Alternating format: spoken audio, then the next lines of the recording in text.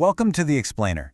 Today we're jumping right into a really fascinating case study that tackles a problem so many of us know all too well, especially if you live in a city. And that problem is noise. We're going to look at how one company in Pune, India decided to take on the sound of the city to bring some quiet back into people's lives. Okay, so to get us started, let's begin with a question that really sets the stage. What does 87 decibels of city traffic actually feel like? I mean, it's not just a number, is it? It's that constant drone, the endless honking. It's a sound you can almost feel vibrating in your chest. And this is a very real number.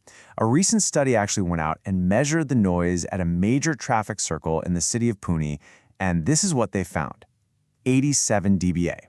That A just means it's weighted for how our own ears perceive sound. And where's it all coming from?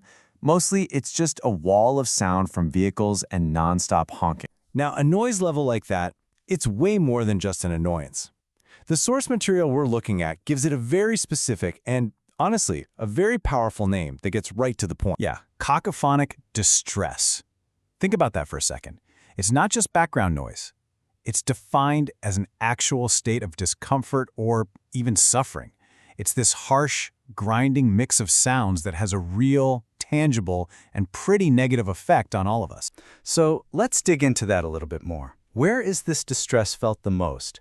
Because when a whole city is this loud, you start to measure the cost in very human terms. The source really wants us to imagine the impact on these places. I mean, just picture it.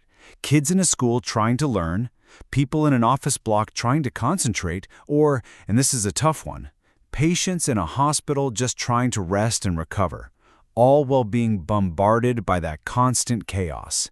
It makes focus and calm pretty much impossible. But, and this is where the whole story turns, right in the middle of all this citywide noise, one company and its leaders didn't just see the problem, they saw a responsibility to actually do something about it. So let's meet the two key people here. We've got Mr. Francis, the CEO of a company called Diligent Enterprises, and his tech expert on all things sound, Mr. Tushar. The whole thing really kicked off because they both shared this deep concern over the issue. And they knew just how serious this cacophonic distress was. So they didn't just talk about it. They committed to taking real, direct action, one client at a time, right across the city. And get this, their mission wasn't some quick project. It unfolded over 2.5 years. That's a massive, long-term commitment to solving their clients' noise problems. It just shows you how dedicated they were. And this quote really captures their whole philosophy perfectly. It connects everything. For them, soundproofing isn't just about blocking noise. It's about creating spaces for people to actually interact and, maybe most importantly, for promoting better health. So, after 2.5 years of this dedicated effort, all driven by this powerful mission, what happened? Did they actually pull it off?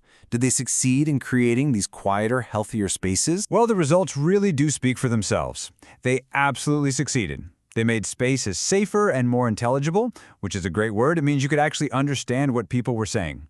They created those quieter environments they were aiming for, and as proof, they started getting all these positive Google reviews from happy clients. Now, the text that we're drawing all this from, it wraps up with one final detail, a direct way to get in touch with the company at the heart of our story. And that's the number provided in the text for Mr. Francis over at Diligent Enterprises. You know, this case study from Pune gives us one really powerful answer, but it leaves all of us with a final thought to mull over for our own lives.